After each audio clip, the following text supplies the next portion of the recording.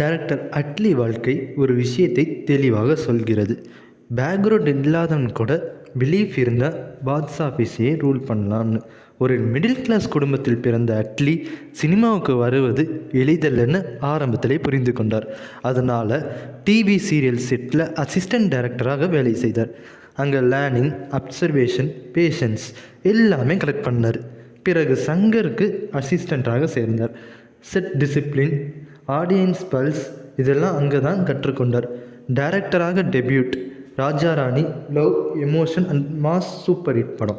அதற்கு பிறகு திரி, மெர்சல், பிகில், விஜயை வச்சு அடுத்து 3 படம் வரிசையாக வந்துச்சு.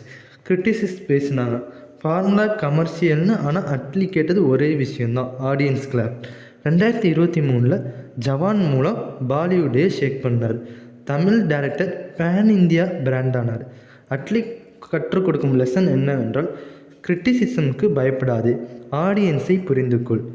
ட்ரீம் லோக்கலாக ஸ்டார்ட் ஆகலாம், ஆனால் இம்பேக்ட் குளோபலாக போகும்.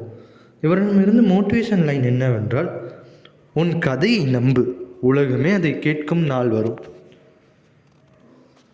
இந்த அட்லி இயக்கத்தில் வந்த உங்களுக்கு எந்த படம் பிடிக்கும்னு கமெண்ட்டில் சொல்லிட்டு போங்க.